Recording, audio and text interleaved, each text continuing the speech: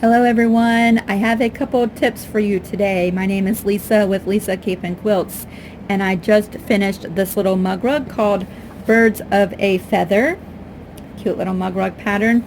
And I have a couple of tips that I want to share with you today. First, how to add embellishments after you have quilted your quilt so that you don't see the little threads on the back. I'm going to show you how to bury your threads today.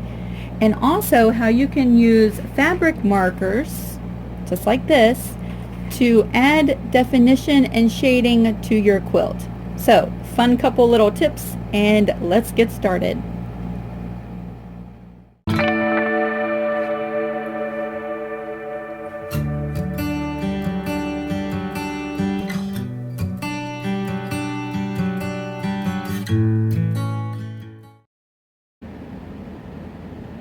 So I just finished up with this little mug rug.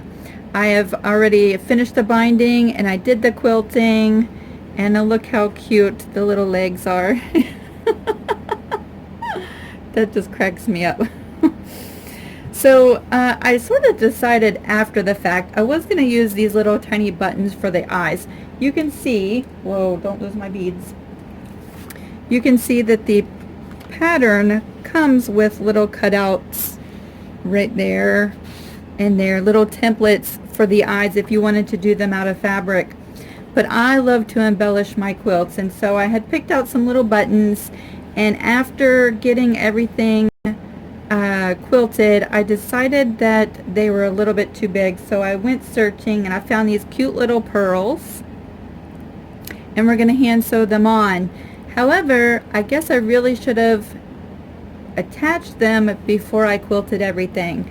So now I am going to have little strings that show on the back. So I'm going to show you how to bury your threads into your quilt if you have decided, like me, after the fact, to add some embellishments.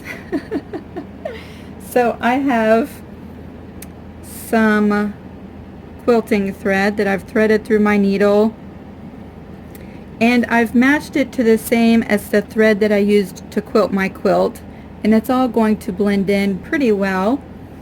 I'm going to go ahead and come up, let's see, I'm going to try and bring you down a little bit closer. Pardon the movement. There we go. We're going to start with this little bird down here at the bottom, and I'm going to bring my needle up from the bottom of the quilt,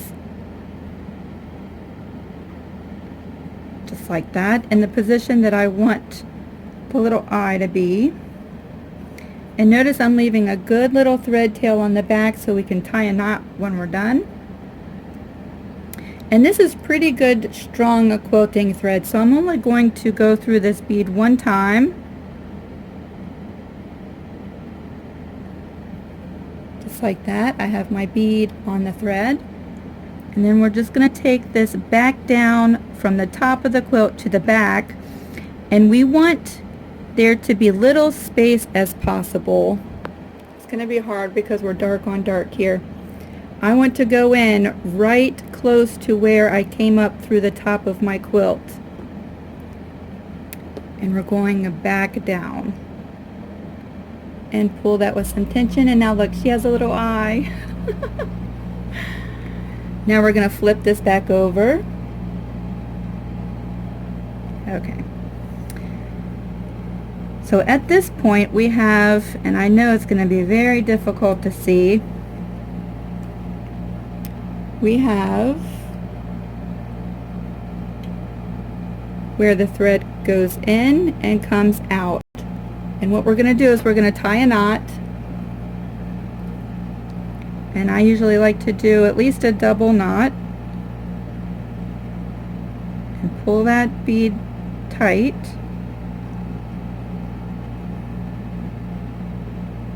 And let's do 3 times just for safety's sakes. And now we have a little tiny knot on the back of our quilt. Right there. It is very, very, very small. So if we were to just cut our threads, we're going to have these 2 little loose threads just hanging on the back of our quilt because we're doing this after the fact. So what I like to do is go ahead and just bury my threads so that you don't see anything just loose on the back. Let's see. Here I have a self-threading needle.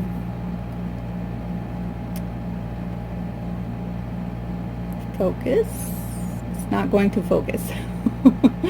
It has a little slot on the top of this needle, so you can just pull the thread right across the top and down, and it threads. So it makes it very easy when you are threading your tails into your quilt. What I like to do is go in right close to my knot in the middle of my quilt and come back out some distance away, just like that. Now you can see I traveled through the middle of my quilt. You do not see the needle on the front side of the quilt, so the needle is actually traveling through the batting. Now I'm going to take my thread, or one of them. You could probably do both at the same time. Yeah, let's do both at the same time. Or we'll try anyway. This self-threading needle, if you pull it right through the top, it threads itself, just like that. There we go. See that? Now our needle is threaded. And now we just pull this needle right straight through and pull those threads into the middle of the quilt. And now we can snip them right close to the material, and our eyes are attached without any loose thread tails. See, and that just blends right in. So if you're like me and you think of things after the fact, there are simple ways that you can add embellishments and bury your threads so that no one ever knows that you thought of it after. So look how cute the little eye is. So I'm going to go ahead and do the one on the top, and then I have one more quick little tip that I want to show you with this quilt.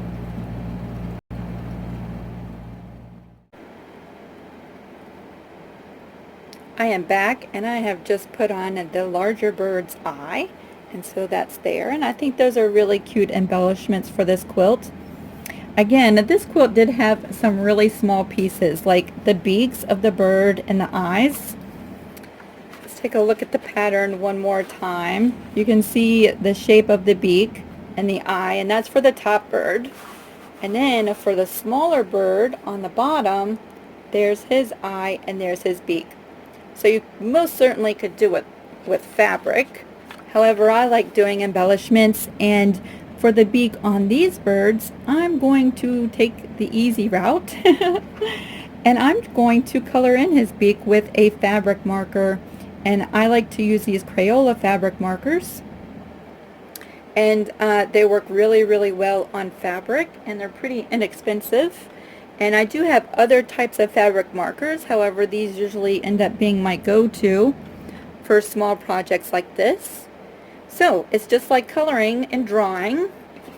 I look at my little picture here as a reference of where to put the beak, and I'm trying to hold this so that you can see exactly what I'm doing. My hand might get in the way.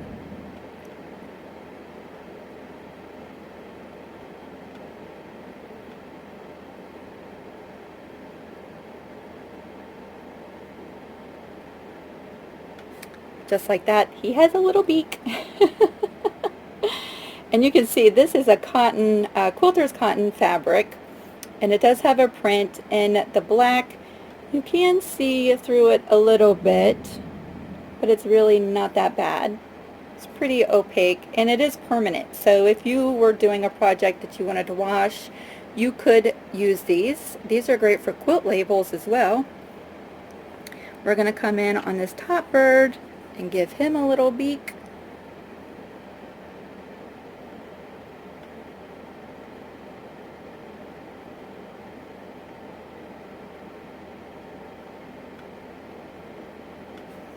just like that. And now they have beaks. Now, what I also like to do with these markers is sometimes add some shading to my quilts. What I really like about doing free motion quilts or free motion quilting is that if I use a contrasting thread when I'm doing all of my quilting, then it sort of looks like a doodle or like it was drawn on, and I really love that look. So if you usually quilt your quilts with a thread that blends in, I highly suggest stepping out of your comfort zone and doing some contrasting quilting thread and see the different kinds of results that you get with that. I think you would probably be really pleased with the results. And if you were to do a smaller project like a mug rug, then you don't have a lot of time invested in the project, where if you didn't like it and you wanted to pick it out or start all over again, it's not like you were really out of a lot of time or money. So I've done the contrasted thread with the quilting, and that does give my pieces some definition. However, I like to come in with a fabric marker and just add a little bit of shading to sometimes just define my applique pieces.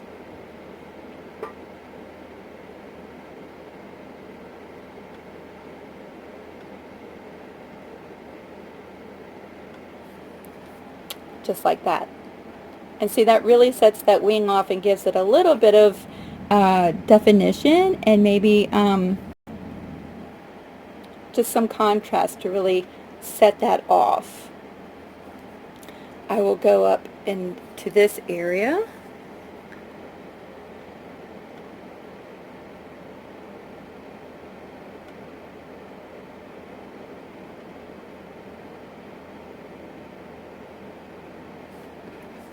And just like that, there's now some separation of where I overlapped his wing onto his body.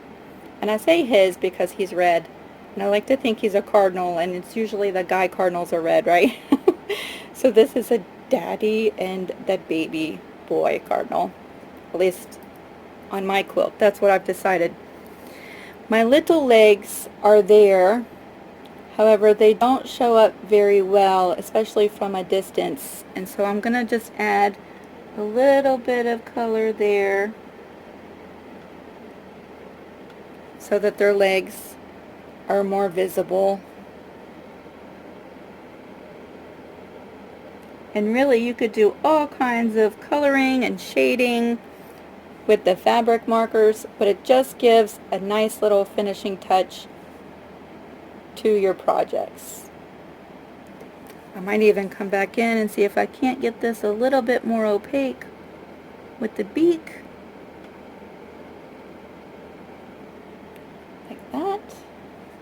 And we'll do this other one just one more time.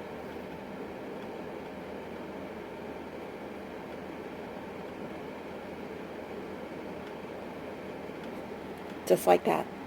So I hope that these two tips have really helped you out. I'm hoping that maybe I'm sharing some information that maybe is new to you, especially if you're new to sewing or quilting, adding embellishments after the fact, and coming in with fabric markers and doing some play work with shading and adding details. This is a lot of fun. This is a little mug rug that is all applique, and you can see all the different leaves. You could do them all different colors. You could do bluebirds. You could do little cardinals. Yeah, that's what this is, right? A cardinal. So I've had a lot of fun sharing these tips with you. If you give them a try, I would love to hear from you. You can leave comments in this comment section down below. I'm going to link my Facebook. If you haven't joined me yet on Facebook, come on over there and share your work with me. I'd love to share pictures of your quilts and your projects with everybody that's over there. It's a very inspiring, encouraging group, and we love getting pictures. So join me over on Facebook, and let's see, I'm going to link this pattern Again, in the description box below, if you'd like to maybe make this little mug rug, there is a set of 4, and you can get them individually, or you can save a little bit of money if you want more than one. The set of 4 will be like buy 3, get 1 free. So I'll put a link to that also in my description box. Thank you all for joining me and for listening to me while I share these little tips. Y'all have a good day.